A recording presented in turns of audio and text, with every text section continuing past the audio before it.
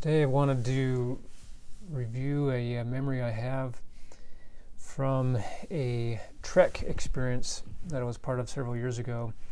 And Trek is a reenactment of some of the travels and troubles that the early members of the Church of Jesus Christ of Latter-day Saints did to get from eastern part of the U.S. eventually out to Utah. And they had wagons that pulled by oxen, and some of them that didn't have as many resources pulled handcarts. And some of those circumstances were quite severe and deadly. And so in some areas, some stakes, portions, numbers of congregations, every few years will do a Trek reenactment. And so I'd never done that as a kid. That's not a thing where I grew up. And so a few years ago I was able to do that as a leader. One of the things that they did that really had an impact on me is what they call the women's pole. Now, at one point, for some groups of saints crossing the plains, a significant portion of the men were called away to serve in what was called both culturally and officially on military service records, the Mormon Battalion, to fight in the Mexican-American War. And so not only were they trying to get across the plains and get to Utah, but at one point, I think it was 400 or 500 men were called away to fight in the war. And so that left quite a few families to struggle along on their own, or at least without an older brother or a father to be there with them. And so this portion of the Trek reenactment, the women's pole, included the women pulling the handcarts over a long stretch, all on their own. And so to set the stage just a little bit better, what they did is we had all the handcarts in one area, and we left all the young women and adult sisters there. And the men went off. I don't know how long we went. It was probably a good mile, and went to stand along the edge of this road. And the folks that were helping to coordinate this whole experience said, we'd like you to stand here, and at some point the sisters pulling the handcarts will pass you. We ask you not to speak to them or say anything, just respectfully observe where they're at, and at a certain point we will ask you to remove your hats and put them over your heart. And so we stood there for a while waiting, and eventually down this long stretch of road, very, very dusty, by the way. The whole trip where we were in a desert part of Utah was very dusty. But this particular stretch seemed worse than most, and perhaps that was on purpose, I don't know. But we stood there on either side of the road, and when directed, we removed our hats and held them over our hearts. And what followed was very fascinating to me from a psychological standpoint, and incredibly touching from an emotional and a spiritual standpoint. And I'll try and go back and forth smoothly between those two dimensions. And so one of the things I noticed was that with each handcart that came, and I wish I could remember how many there was at least 10, probably no more than 20. I just honestly can't remember how many there were, but there was enough to get a good variety of perspectives on how they approach this task. And so the center of the road, incredibly dusty, deep, thick dust, dirt, okay, hard to walk through. And I had to revisit my journal to get some of this information, but one of the first handcarts, they were going kind of along the side of the road, with at least one wheel of their handcart up on the shoulder of the road where the dirt was much more compact and firm. And so it made their journey quite a bit easier, still not easy, but easier, because at least a portion of their handcart was on solid ground. The rest was in the deep, dusty dirt. And but most of them would just kind of plow through the center of the road, pushing through this dirt. If you can imagine, kind of almost like pushing through snow in terms of how much of an impact it had on your mobility. And some of the sisters all seemed to be pushing in sync. All their effort to push this handcart forward, and there was 4 to 6 to so people per handcart, maybe 7, doesn't matter. But there's enough that, if they all kind of pushed together, they could make it go. But I noticed that some would just be giving their all, just heaving, pushing as best they could to move this handcart forward, while others, you can just tell based on their posture and their position, they are there and they're pushing, but they're not pushing like everyone else is pushing. And those that seemed to be the least distressed and the least exhausted were those that seemed to be functioning or pushing in unity.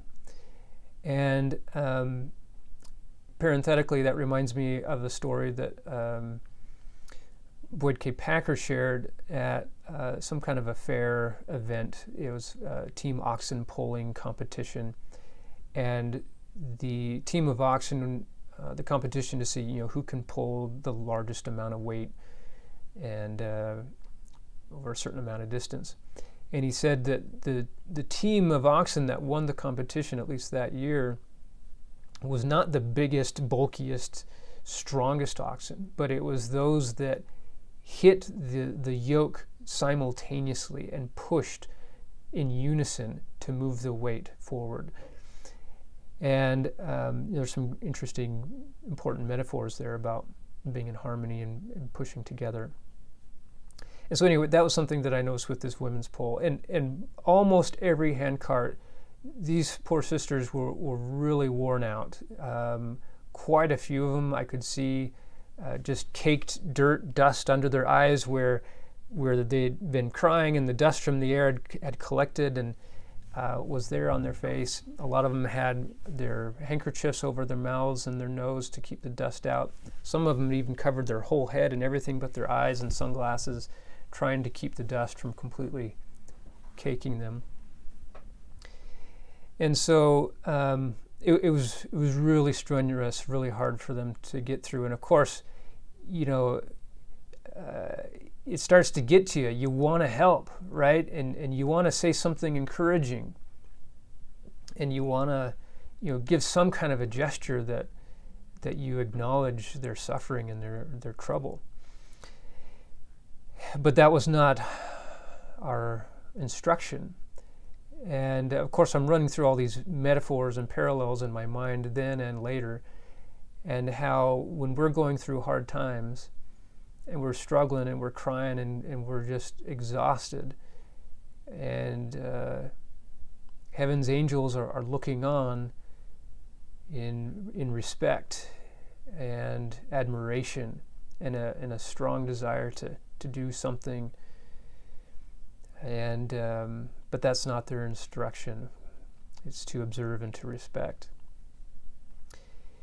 I thought of how there were some that there was actually, I think it was one, maybe two handcarts that were humming. They were humming a hymn, and not coincidentally, it was "Come, come, ye saints, no toil nor labor fear, but with joy wend your way." They couldn't sing. It was the effort was too much to push and to sing, but they could hum, and they were able to find some joy and some peace. Joy maybe not, but some measure of comfort in a hymn. I also thought how you could be pushing a handcart, you could be in this group, you're all in this, pushing the same load with the same handcart on the same road, and yet feel terribly lonely. Again, that lack of unity, that lack of feeling as you labor together. And so there's all these psychological things about how we deal with adversity and how we deal with stress and what's our perception of our experience and how alone do we feel, not necessarily because no one's around, but because we're not communicating in the right way. Are we pushing relentlessly without taking time to kind of evaluate our strategy? I only saw this once, so you can see them coming on this long stretch of road, and I only saw one handcart pause and rotate people through. So move someone to the back, one person to the side, and so that everyone kind of shares different portions of the effort. And do we need to take time to slow down for a minute and say, okay, hang on a second. Got this heavy burden. I've got to get from here to there. Is there a better way to do this? Could I position myself better? Could we put the handcart more on the side of the road instead of dead center where it's the hardest to push? And are we all pushing consistently together in unison? Do we need to rotate some people through? Do we need to just stop and take a break? There's so many principles there that we miss out on in life because we take a good principle, which is to be determined and to focus on our goal, and we take that to an extreme and we don't take some time to be still and to be wise and to be thorough and careful, cautious. Cautious, maybe not the right word, but a little bit more wise in how we are approaching our challenge. And the other thing that was running through my mind, and you could hear some guys sniffling, and of course we're all trying to put on a stoic show and not cry. I was on the verge of just losing it altogether emotionally, thinking about the saints, thinking about the sisters in general, thinking about the single mothers and women that I know in my life, and just how incredibly challenging that burden is, and yet how powerful an idea it is to think that heaven's watching over you, and that if God is allowing you to suffer in such a way, that there's a purpose there. And yet going back, psychologically, cognitively, this idea like we don't have to suffer to the same degree. Maybe a portion of this is more than is necessary. We all have to pull a handcart. We all have to get along this dusty, dirty path, but could we do it smarter? And that's the point I made a second ago.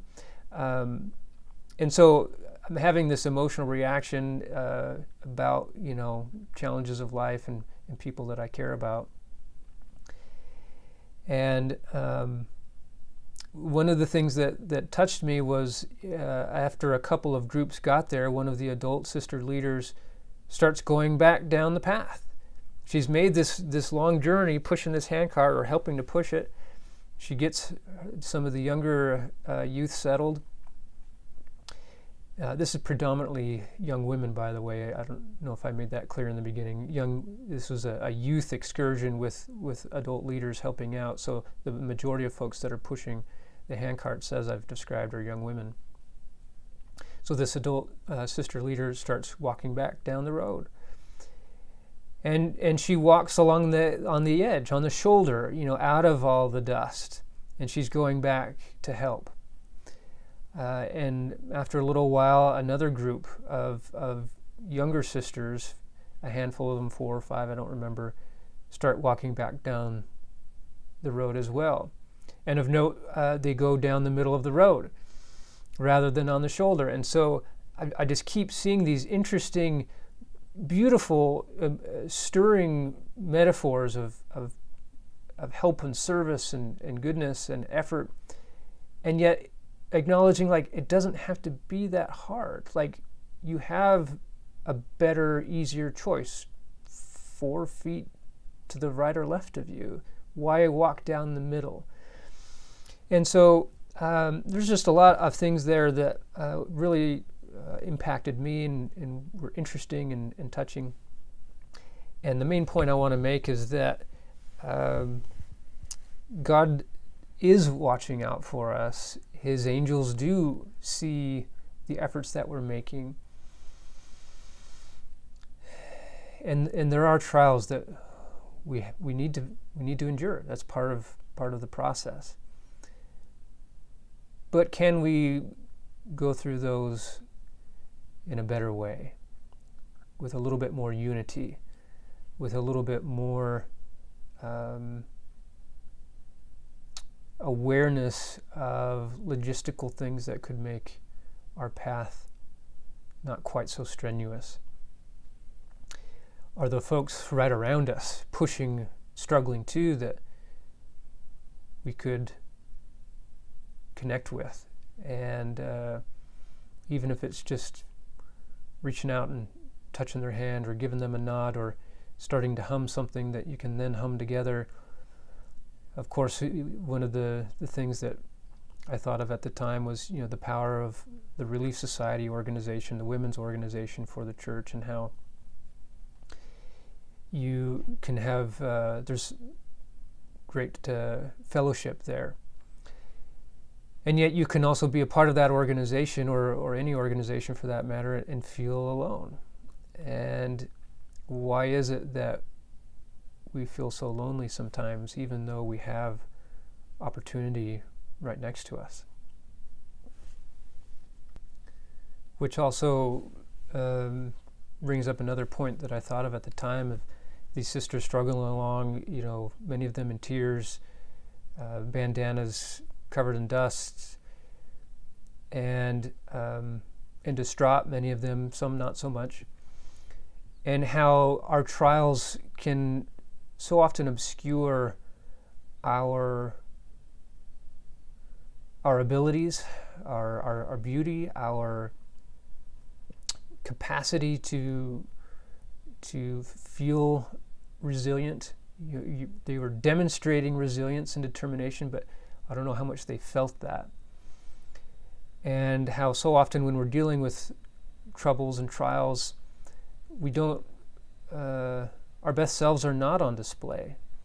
And maybe we're a little bit short-tempered. Maybe we're more sullen or withdrawn. Maybe we're not as open or kind or forgiving.